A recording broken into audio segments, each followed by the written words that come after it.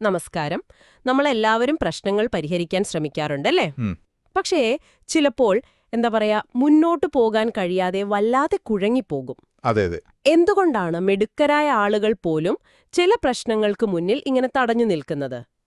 അപ്പോ ഐഗ്നുവിലെ നിങ്ങളുടെ സൈക്കോളജി പഠനത്തിന്റെ ഭാഗമായ ചില ആശയങ്ങൾ ബ്ലോക്ക് 4 യൂണിറ്റ് 4 അത് വെച്ച് നമുക്കിന്ന് ഇതിലേക്കൊന്ന് ആഴത്തിൽ ഇറങ്ങിച്ചെല്ലാം. നല്ല ആശയം. പ്രധാനമായും 2 മാനസിക കെണികളെക്കുറിച്ചാണ് നമ്മളിന്ന് സംസാരിക്കുന്നത്.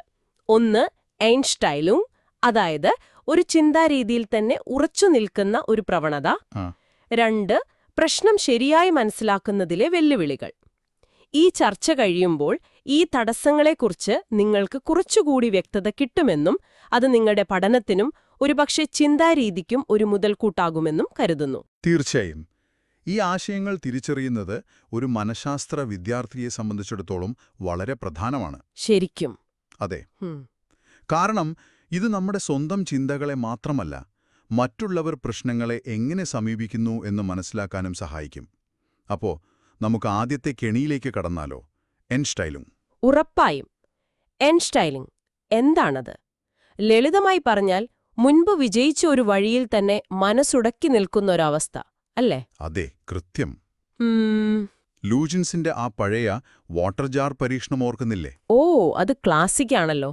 ഒരേ ഫോർമുല B-A+2C എന്ന ഫോർമുല ഉപയോഗിച്ച് കുറേ പ്രശ്നങ്ങൾ പരിഹരിച്ചു കഴിയുമ്പോൾ അതിലും എളുപ്പമുള്ള ഒരു വഴി A+C എന്ന വഴി തൊട്ടു മുന്നിലുണ്ടെങ്കിലും നമ്മളത് കാണാതെ പോകും. കാണില്ല. അതേ പഴയ ഫോർമുല തന്നെ ഉപയോഗിക്കാൻ ശ്രമിക്കും. അതെ, അതാണ് ഐൻസ്റ്റൈലിങ്ങിന്റെ ഒരു നല്ല ഉദാഹരണം.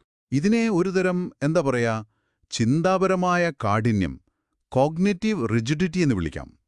മുൻപരിചയം പലപ്പോഴും സഹായകമാണെങ്കിലും ഇവിടത് പുതിയ സാധ്യതകൾ കാണുന്നതിൽ നിന്ന് നമ്മളെ തടയുകയാണ് ചെയ്യുന്നത്. ശരിയാണ്. കാര്യക്ഷമതയ്ക്കായി നമ്മൾ ഉണ്ടാക്കുന്ന ശീലങ്ങൾ തന്നെ ചിലപ്പോൾ നമുക്ക് തടസ്സമായി മാറുന്നു. അതെ. ലാംഗർ ഇതിനെ മനസ്സില്ലായ്മ, അതായത് മൈൻഡ്ലെസ്നെസ് എന്ന് വിളിച്ചത് ഓർക്കണല്ലോ. ഓർക്കുന്നു. അതായത് ബോധപൂർവം ചിന്തിക്കാതെ പഴയ ശീലങ്ങളിൽ യാന്ത്രികമായി പ്രവർത്തിക്കുന്നൊരവസ്ഥ. അത് ശരിയാണ്. ഈ യാന്ത്രികമായി പ്രവർത്തിക്കുന്നത് ചിലപ്പോൾ വളരെ സൂക്ഷ്മമായ രീതിയിലാവാമല്ലേ? അതെങ്ങനെ? ഉദാഹരണത്തില് നമ്മൾ മാക്ഡൊണാൾഡ്, മാക്മോഹാൻ എന്നിങ്ങനെ മാക് എന്നു തുടങ്ങുന്ന വാക്കുകൾ വായിച്ചുവെന്ന് കരുതുക. ഓക്കെ. അതിനുശേഷം മെഷീനറി എന്ന വാക്ക് കാണുമ്പോൾ നമ്മൾ അറിയാതെ അതിനെയും മാക്കിനറി എന്നോ മറ്റോ തെറ്റായി വായിക്കാൻ ഒരു ചെറിയ തോന്നൽ, ഒരു പ്രവണത കാണിക്കില്ലേ? ശരിയാണ്. ആ ഒരു പാറ്റേൺ മനസ്സിൽ കിടക്കുന്നതുകൊണ്ട് സംഭവിക്കാം. അതെ. ആദ്യത്തെ ആ പാറ്റേൺ മനസ്സിലങ്ങ് പതിഞ്ഞു പോയതുകൊണ്ടാണ്. ഇതും ഒരു ചെറിയ ഐൻസ്റ്റൈൻ ഇഫക്റ്റാണ് അല്ലേ? വളരെ കൃത്യമാണ്. അപ്പോ ഈ ഐൻസ്റ്റൈൻ നമ്മൾ ഒരു തെറ്റായ വഴി തിരഞ്ഞെടുക്കാൻ കാരണമാകുന്നുവെങ്കിൽ അടുത്ത തടസ്സം ഒരുപക്ഷെ നമ്മൾ കൈകാര്യം ചെയ്യുന്നത് തെറ്റായ പ്രശ്നത്തെ തന്നെ ആകാൻ കാരണമായേക്കാം. അതെങ്ങനെ? അതാണ് പ്രശ്നം. ശരിയായി മനസ്സിലാക്കുന്നതിലെയും അതിനെ മനസ്സിൽ പ്രതിനിധീകരിക്കുന്നതിലെയും പിഴവുകൾ. പ്രോബ്ലം റെപ്രസന്റേഷനിലെ പ്രശ്നങ്ങൾ. ശരി. ഗെസ്റ്റാൾട്ട് മനഃശാസ്ത്രജ്ഞർ പറയുന്നതുപോലെ പ്രശ്നത്തിന് ശരിയായ ഒരു ഘടന നൽകുന്നതിൽ പരാജയപ്പെട്ടാൽ പിന്നെ പരിഹാരം അകലെയാകും. അതെ, പ്രശ്നത്തെ നമ്മൾ എങ്ങനെ കാണുന്നു, എങ്ങനെ മനസ്സിൽ വരച്ചു കാട്ടുന്നു എന്നത് വളരെ നിർണായകമാണ്. ഷ്വാർട്സിന്റെ ഒരു പഠനമുണ്ടല്ലോ. പ്രശ്നത്തെക്കുറിച്ചുള്ള വിവരങ്ങൾ വെറുതെ ഒരു ലിസ്റ്റായി എഴുതുന്നതിനേക്കാൾ ഒരു ഫ്ലോ ചാർട്ടോ അല്ലെങ്കിൽ ഒരു ഡയഗ്രമോ ഉപയോഗിച്ച് അവതരിപ്പിക്കുന്നത് പ്രശ്നപരിഹാരത്തിന് കൂടുതൽ സഹായകമാണെന്ന് അദ്ദേഹം കണ്ടെത്തി. അതെ, കാരണം അത് പ്രശ്നത്തിന്റെ ഘടകങ്ങൾ തമ്മിലുള്ള ബന്ധം കുറച്ചുകൂടി വ്യക്തമാക്കും. കൃത്യം. അവിടെയാണ് കാര്യം. പ്രശ്നത്തെ എങ്ങനെ പ്രതിനിധീകരിക്കുന്നു എന്നത് പരിഹാരത്തിലേക്കുള്ള വഴി എളുപ്പമാക്കുകയോ അല്ലെങ്കിൽ കൂടുതൽ ദുഷ്കരമാക്കുകയോ ചെയ്യാം. അതെ. തെറ്റായ രീതിയിലാണ് പ്രശ്നത്തെ മനസ്സിലാക്കുന്നതെങ്കിൽ ഒരുപക്ഷെ നമ്മൾ ഊർജം മുഴുവൻ പാഴാക്കുന്നത് യഥാർത്ഥ പ്രശ്നത്തെ നേരിടാനായിരിക്കില്ല. ചിലപ്പോൾ ഉപരിപ്ലവമായ ഒരു മനസ്സിലാക്കലായിരിക്കും. അല്ലെങ്കിൽ കാരണവും ഫലവും തെറ്റിദ്ധരിക്കുന്നത്. അതും വരാം. അതൊക്കെ ഇതിന്റെ ഭാഗമാണ്. ഈ പ്രതിനിധീകരണത്തിന്റെ, റെപ്രസന്റേഷന്റെ പ്രാധാന്യം വ്യക്തമാക്കുന്ന ഒരു കിടിലൻ ഉദാഹരണമുണ്ട്. എന്താണത്?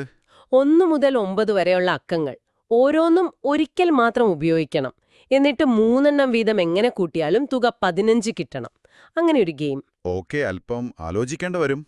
അതെ, നേരിട്ട് ചെയ്യാൻ ശ്രമിച്ചാൽ കുറച്ച് കുഴഞ്ഞുമറിയും. എന്നാൽ ഈ അക്കങ്ങളെ ഒരു 3x3 മാന്ത്രിക ചതുരത്തിൽ ഒരു മാജിക് സ്ക്വയറിൽ ക്രമീകരിച്ചാലോ? ടിക് ടാക്ടോ ബോർഡ് പോലെ. അതെ, അതുപോലെ. ഓരോ വരിയും നിരയും കോണോട് കോണും കൂട്ടിയാൽ 15 കിട്ടുന്ന രീതിയിൽ. ആഹാ, അപ്പോൾ എളുപ്പമായല്ലോ. പെട്ടെന്ന് പ്രശ്നം വളരെ ലളിതമായി തോന്നും. കണ്ടോ? ഒരേ പ്രശ്നം, പക്ഷേ അതിനെ അവതരിപ്പിച്ച രീതി മാറ്റിയപ്പോൾ പരിഹാരം കണ്ടെത്താൻ എളുപ്പമായി. ഇതെന്നെ ശരിക്കും അത്ഭുതപ്പെടുത്തി. വളരെ ശരിയായൊരു നിരീക്ഷണം. ആ മാന്ത്രിക ചതുരം ശരിക്കും പ്രശ്നത്തിന്റെ ഘടനയെയും അതിലെ ബന്ധങ്ങളെയും പെട്ടെന്ന് മനസ്സിലാക്കാൻ സഹായിക്കുന്നു. അതെ. അതോടെ ഉത്തരം കണ്ടെത്താനുള്ള വഴികളും തെളിഞ്ഞുവരും. ചുരുക്കത്തിൽ, പ്രശ്നത്തെ ശരിയായി മനസ്സിലാക്കിയില്ലെങ്കിൽ നമ്മുടെ കയ്യിലുള്ള കഴിവുകൾ പോലും ശരിയായി ഉപയോഗിക്കാൻ പറ്റാതെ വരും. അപ്പോൾ നമ്മൾ ഇന്ന് ചർച്ച ചെയ്ത ഈ 2 പ്രധാന തടസ്സങ്ങൾ, അതായത് ഒന്ന് പഴയ ചിന്താരീതികളിൽ കുടുങ്ങിപ്പോകുന്ന ഐൻസ്റ്റൈനും, ഇവ രണ്ടും നമ്മുടെ പ്രശ്നപരിഹാര ശേഷിയെ കാര്യമായി ബാധിക്കാം. തീർച്ചയായും.